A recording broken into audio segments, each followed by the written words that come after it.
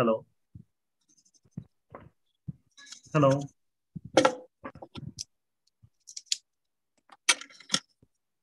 Hello. Is it audible, guys?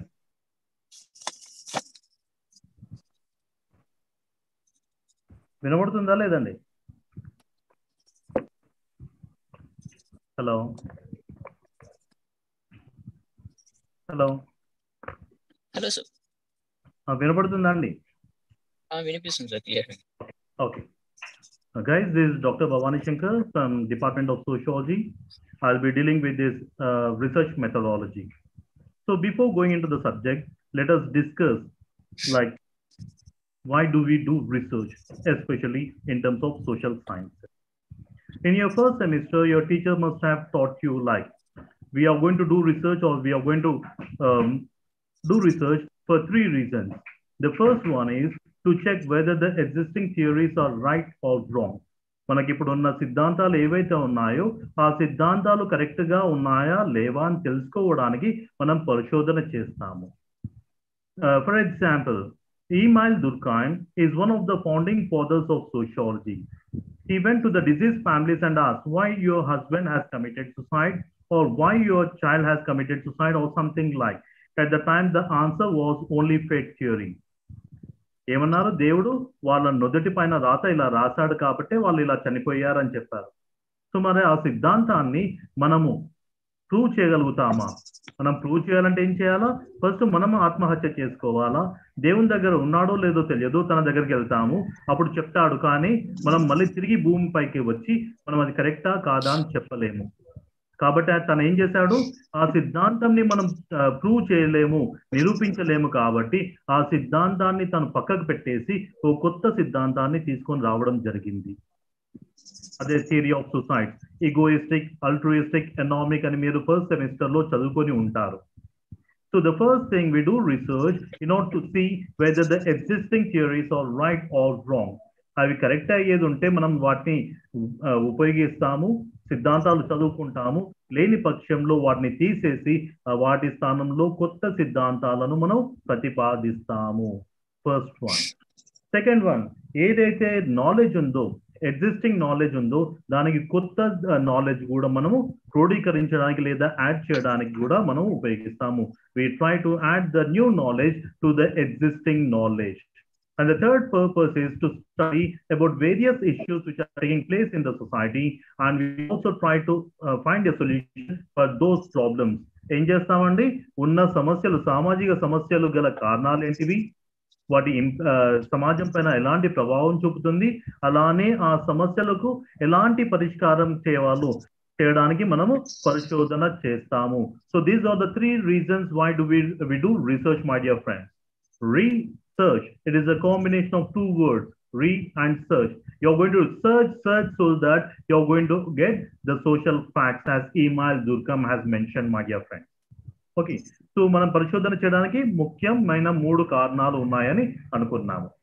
So మరి పరిశోధన చేస్తాం కదా, పరిశోధన చేయడానికి ఏమైనా పద్ధతులు అనేది ఉన్నాయా? పరిశోధన చేయడానికి కొన్ని స్టెప్స్ ఉన్నాయండి. మొదటిది, మనం ఒక సమస్యను ఒక సమస్యగా చూడగలిగాల, అప్పుడే మనం ఆ సమస్య పైన లేదా టాపిక్ పైన మనం పరిశోధన జరుగుతాం. First see the problem as the problem and then select the topic, my dear friends. ఒకసారి మీరు ఆ సమస్యను తీసుకున్నారనుకోండి, నెక్స్ట్ ఏం చేస్తారు? ఫస్ట్ స్టెప్ ఇంట్రొడక్షన్, దాని పరిచయం ఇస్తారు. ఆ సమస్య ఏంటిది, మీరు ఎందుకు తీసుకున్నారు, దాని గురించి చెప్తారు. నెక్స్ట్ స్టెప్ ఏం చేస్తారంటే, అదే ఎందుకు తీసుకున్నారు, చాలా సమస్యలు ఉన్నాయి కదా, ఆ సమస్యలు ఉన్నప్పుడు మీరు ఇదే సమస్యను ఎందుకు తీసుకున్నారు, దాన్ని ఏమంటాం? Importance of the study. ఆ స్టడీ, మీరు తీసుకున్న స్టడీ యొక్క ప్రాముఖ్యత ఏంటిది అనేది చెప్తారు. మూడోది, ఆల్రెడీ చాలా మంది పరిశోధన చేసి ఉంటారు కదా, మరి మనం ఎందుకు చేయాలా? సో అప్పుడుండే సామాజిక స్థితిగతులు మారుతూ ఉన్నాయి. ఇప్పటికీ సామాజిక, ఆర్థిక, మానసిక స్థితిగతులు అనేది ఎప్పటికప్పుడు మారుతూ ఉంటాయి కాబట్టి, చాలా అంశాలతో ముడిపడి ఉంది కాబట్టి మనం ఏం చేస్తాము? మళ్ళీ పరిశోధన చేస్తాము. ఆ సమాజానికి నేటికి, రేపటికి లేదా నిన్నటికి, ఈ రోజుకి ఏమన్నా వ్యత్యాసం ఉందా లేదా అని తెలుసుకోవడానికి కూడా అది ఉపయోగపడుతుందండి. కాబట్టి ఏం చేస్తాం? ఇంతకుముందు పరిశోధన చేసిన వాళ్ళ పత్రాలు ఉంటాయి, పరిశోధన పత్రాలు పుస్తక రూపంలో కానివ్వండి, ఆర్టికల్స్ రూపంలో జర్నల్స్లో, పత్రికలలో, వార్తాపత్రికలలో ప్రచురించి ఉంటారు. లేదా గవర్నమెంట్ ఏం చేస్తుంది, గవర్నమెంట్ కూడా రికార్డ్స్ అనేది గెస్టీస్ రూపంలో, బుక్స్ రూపంలో, రిపోర్ట్స్ రూపంలో భద్రపరిచి ఉంటుంది. కాబట్టి మనం ఏం చేస్తాం, ఈ డేటానంతా తీసుకుంటాం. అది ఎందుకు చదవాలా? వేరే వాళ్ళు పరిశోధన చేస్తారు కదా, మనం ఎందుకు చదవాలా? 3 కారణాల వల్ల మనం చదవవలసి వస్తుంది. నేను ఏదైతే సమస్య పైన అవగాహన ఉందో అదే ఏమన్నా కరెక్ట్గా ఉన్నాయా, ఏమైనా మిస్ అయ్యాయా లేదా అనేది తెలవడానికి ఉపయోగపడుతుంది. For example, north part of ఇండియాలో 8 సంవత్సరాల క్రితం వరదలు వచ్చి చాలా మంది చనిపోయారు. చనిపోయినప్పుడు ఏం చేశారంటే అందరూ, అన్ని పత్రికలు కూడా ఇంతమంది ఆడవాళ్ళు, ఇంతమంది మగవాళ్ళు, ఇంతమంది ఆడ శిశువులు, మగ శిశువులు చనిపోయారని ప్రచురించాయి. వరదలు వచ్చాయి, కొట్టుకుపోయారు, చనిపోయారు. దానికి సామాజిక స్థితిగతులకు ఏమన్నా సంబంధం ఉందా అండి?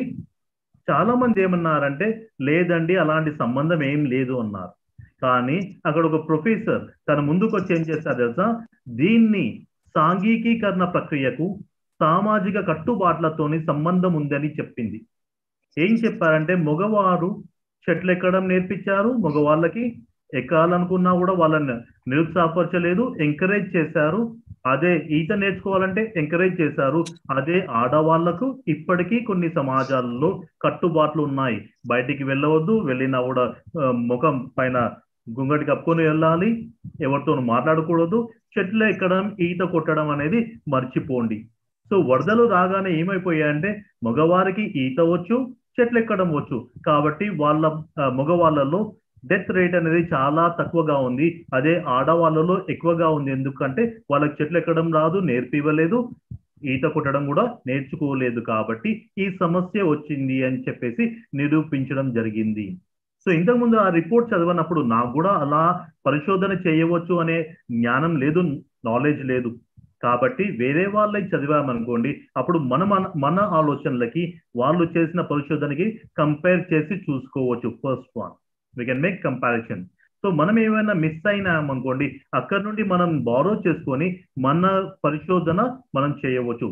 Okay, so what we can do, beta, we can make a comparison. We can make a comparison between our thoughts and the other's thought, my dear friends.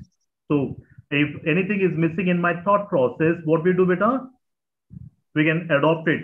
And if my ideas or variables are, so it's okay, then we will do it. Okay, so we are going to do, we study the reports, everything for comparing our thoughts.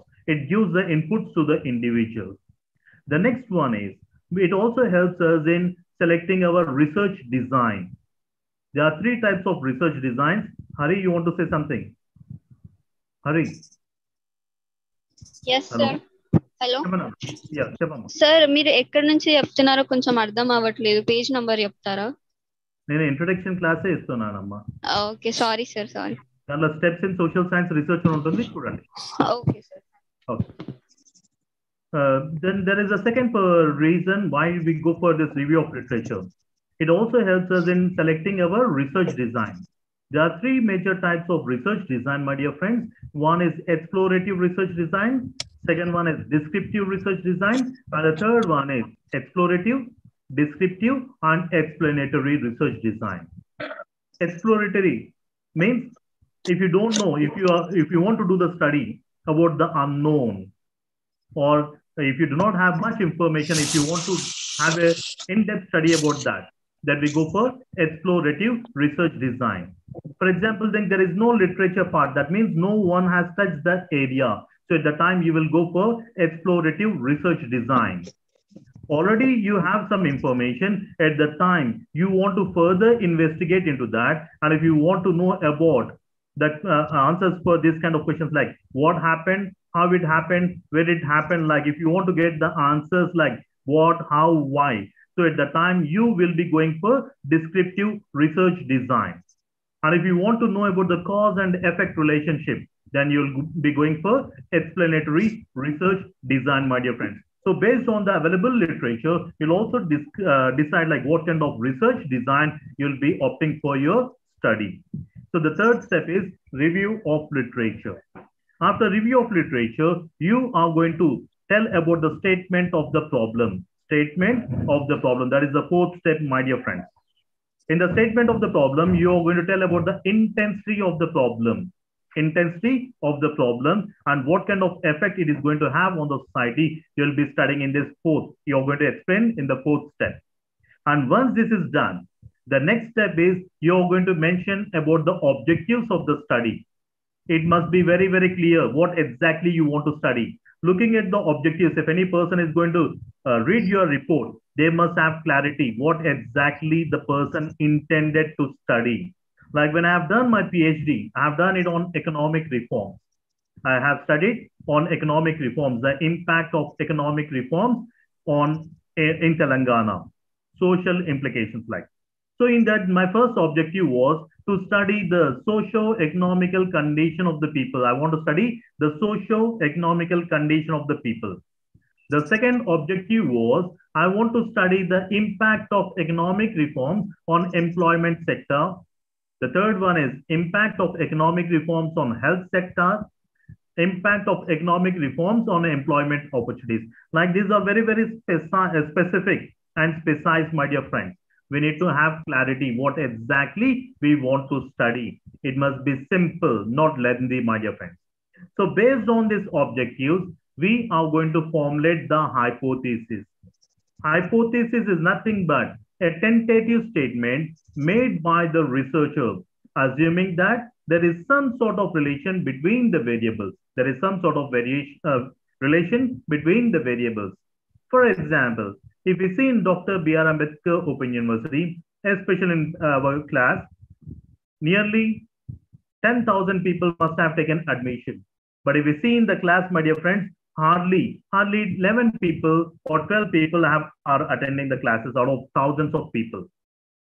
So I'm going to make an assumption. Most of the students who have enrolled in sociology are working.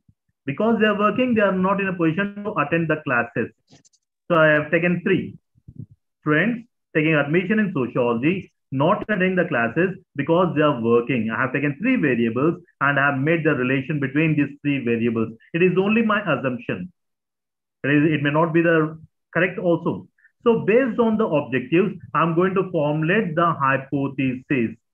And after doing the study, after conducting the study, based on my findings, I'm going to check whether my hypothesis is right or wrong.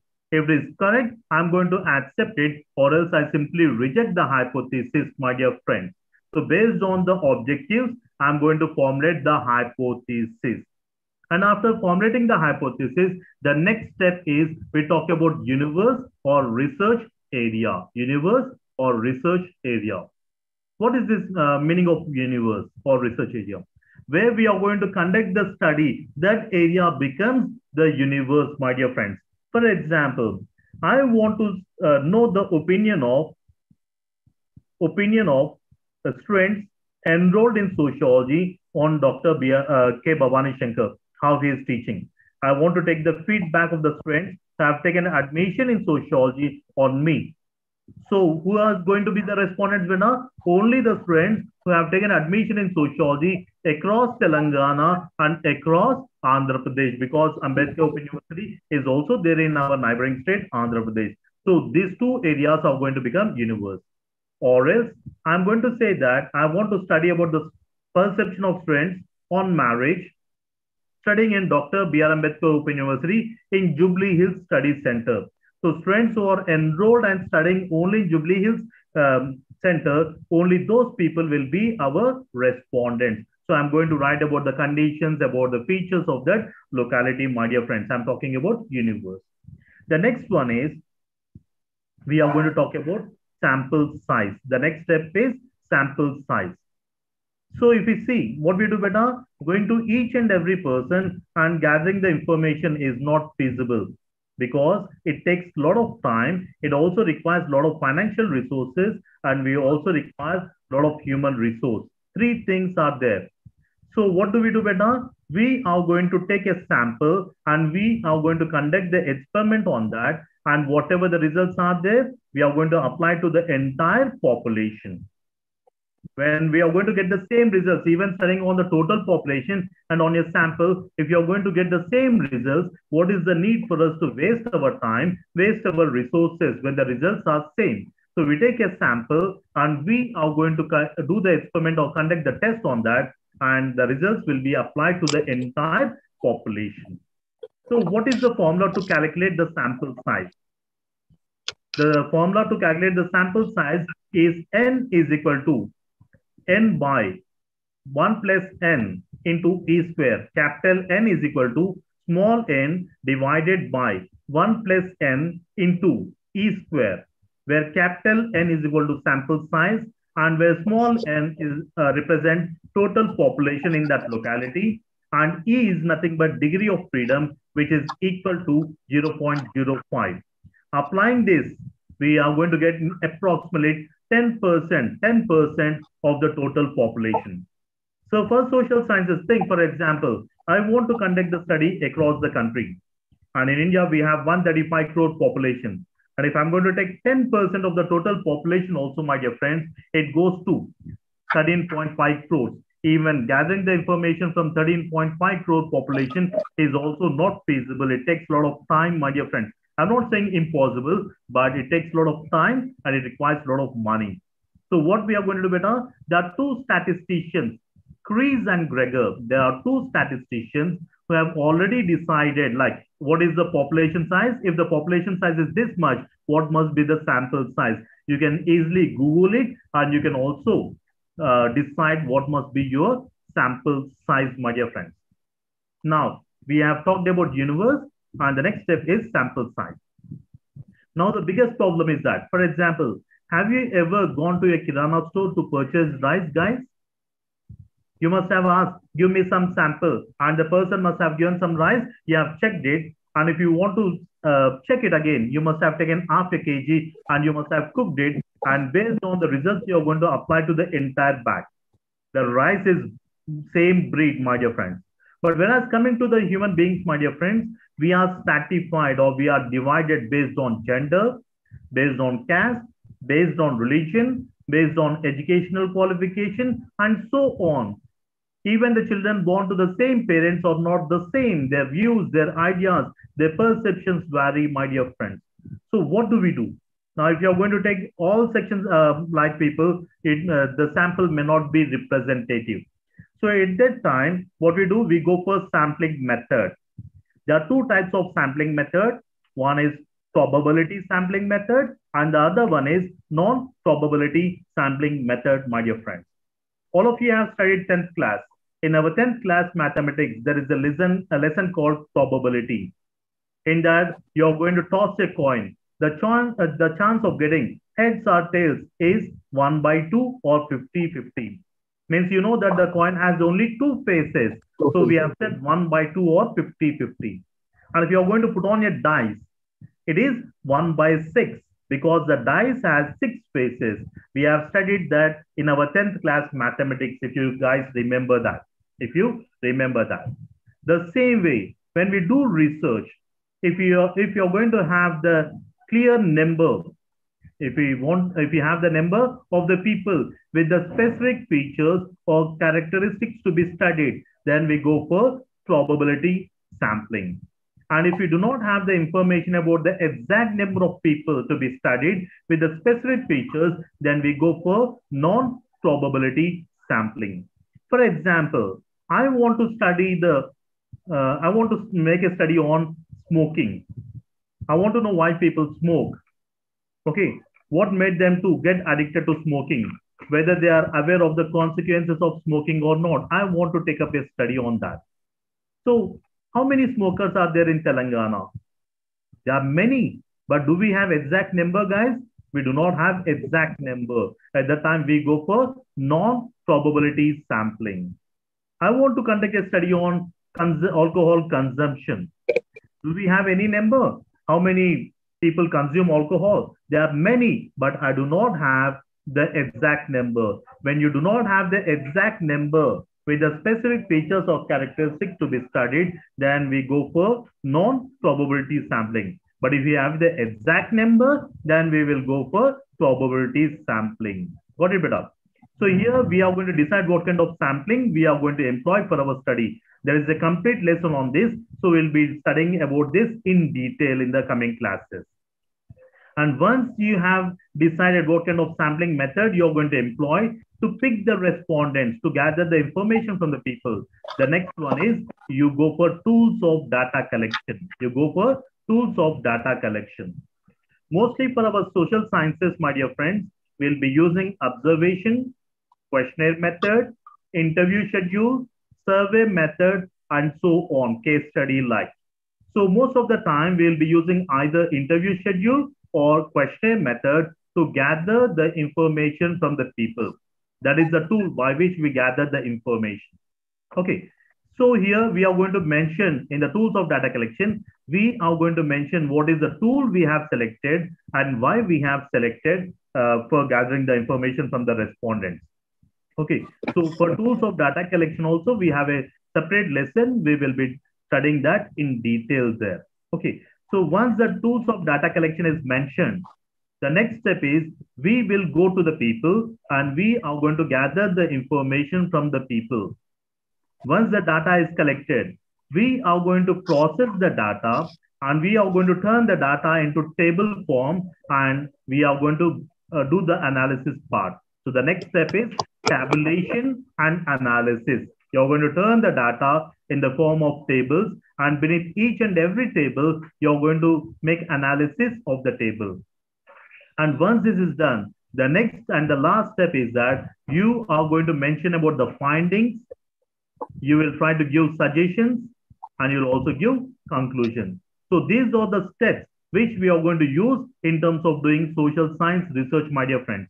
Even if you join master's program in regular course or regular mode, or even if you're going to do PhD or any other research also, we will be using the same research steps, my dear friends. And this question will also come compulsory in your final examination.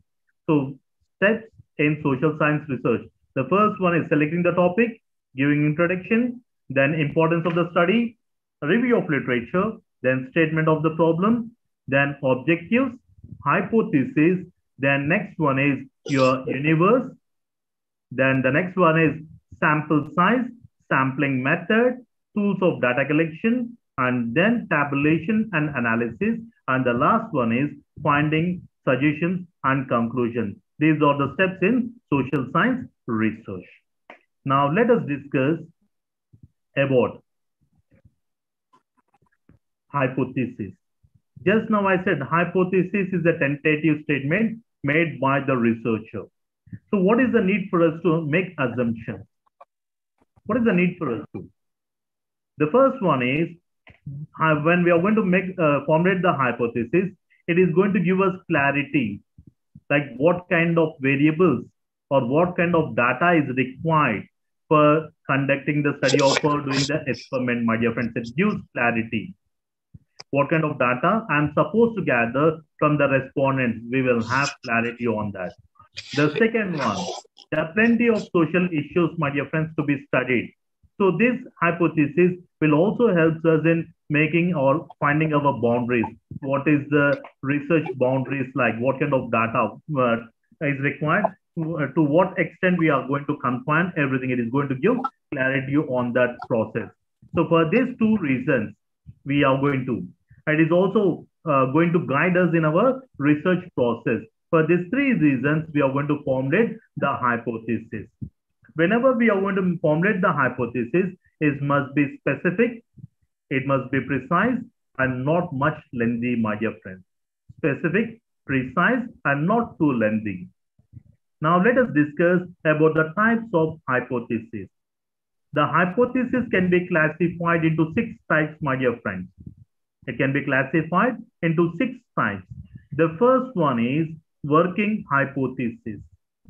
When the researcher goes for explorative research design, when he does not have any information, no one has taken up the study, and you want to know the unknown. At the time you go for explorative research design, and for explorative research design, we will be going for working hypothesis.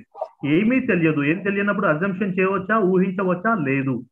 కాబట్టి ఏం చేస్తాము, we go for working hypothesis. In the working hypothesis, The researcher is going to have ultimate freedom, to formulate the hypothesis n number of times. As he encounters with the new knowledge, with the new information, what he does better, he's going to change the hypothesis as per the requirement. Or else, after conducting the study itself, the researcher can also formulate the hypothesis. We call it as working hypothesis. The next one is scientific hypothesis. If the researcher is going to formulate the hypothesis based on scientific knowledge, then we call it as scientific hypothesis. The third one is we are going to have alternative hypothesis. In this, the researcher is going to have two hypotheses. One says that there is some sort of relation between the variables, and the other says there is no relation between the variables. Is going to make two assumptions. One says there is some relation between the variables, and the other says there is no relation between the variables. So after conducting the study, whichever is right, we accept that and we reject the other one. We simply reject the other one, my dear friends. So we call it as alternative hypothesis. And the other one, we said that there is no relation between the variables. That we call it as, the fourth one, we call it as null hypothesis. We call it as null hypothesis. First one is working hypothesis. Second one is scientific hypothesis. The third one is alternative. The fourth one is null hypothesis. The fifth one is research hypothesis. And actually, there is something true, but the researcher wants to prove that it is wrong. At that time, he may go for research hypothesis. For example, there are certain statements saying that the Muslim brothers and sisters in India are giving birth to more children than the Hindu counterpart. And it may be also true, but the researcher wants to prove that it is wrong. The size of the Hindu population is much, much more than the Muslim population, and he wants to prove the statement as wrong. At that time, if he formulates the hypothesis, then we call it as research hypothesis. And the last one is, sixth one is statistical hypothesis. The last one is statistical hypothesis. In this, the researcher is going to use the numbers, percentages, ratios to formulate the hypothesis. For example,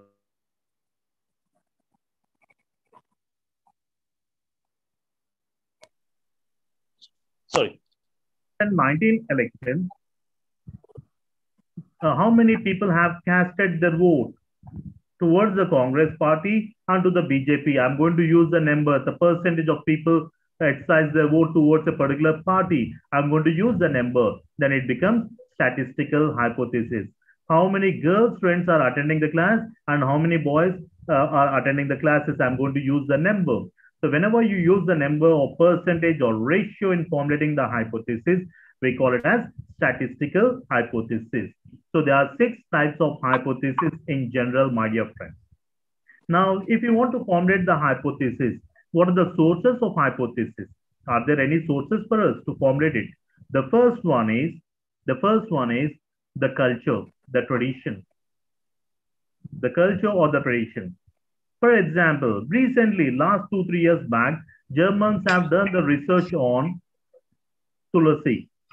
They said you take a small container, put the water into that, you are calling it as water, but once you drop the tulsi into that, you are calling it as holy water, tirthamu. How come the water is going to turn into holy just dropping the tulsi into that? So the Germans have taken the Indian culture and they have done the research on that. And the research has revealed that if you are going to keep the tulsi into water for a certain time, for a stipulated time, it is going to reduce the fluoride content up to 60%. So the culture which is there is also going to give some inputs for us to formulate the hypothesis. If you go to the temple, you are going to do sit-ups. Even when you are in school, like if any child has committed any mistake, the teacher used to ask the child to do sit-ups. If the child is not learning properly, and sit-ups. Is it punishment or what? So Americans have done the research on this. Why the Indians all the time they are going to do sit-ups like? And in that, do you know the study has revealed that when you're going to pull your ears, here you have acupuncture points directly linked with the brain. So when you're going to pull it, you're going to simply stimulate the brain. So obviously the brain becomes active and the learning process will also be double. They have done the study in the mentally retarded center in America and they have given the results, my dear friends. So the first one is culture is going to give the inputs for us. Whatever the culture is there in a particular society, that will guide us or give the inputs for us to formulate the hypothesis. And we do the study. If it is right, we accept it, or else we simply reject it, my dear friends. Okay. First one is culture. Second one is the traditions which are there in that particular society. Even that will also give the inputs. Sometimes there will be some proverbs or statements which are used in that community. Even that will also help us in giving formulating the hypothesis, the culture, the traditions, the books, and even sometimes when you're going to interact with the other people, even in the through interaction also, it gives some ideas, it gives some inputs for the people to formulate the hypothesis. Folkways, traditions, culture, all this will give us the inputs, my dear friends. Remember, when you're going to formulate the hypothesis, have clarity, make it simple, then you will be able to do your study properly. Okay. The next one will go for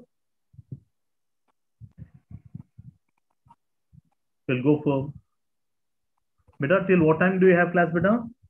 11:30 or?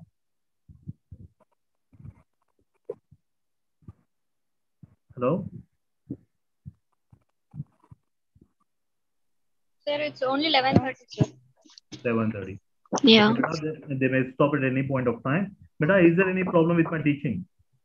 No, sir. No, sir. If you have any doubts, please let me know, guys. And Yes, take down sir. the and just remind me before the class because I'm a little bit busy nowadays. Just remind me, any one of you can. Okay. Hello. Please. Yes, sir. 98492 98492 923492 Can you repeat, sir? 9849 29 29 2348 2348 98492 92348 92348.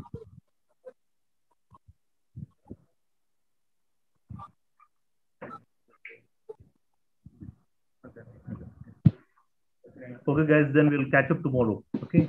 Okay, okay, sir. Thank you, sir. Thank you, sir.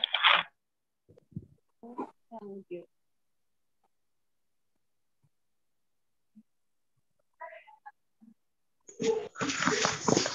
ఒకసారి sir number చెప్పారా? Hello,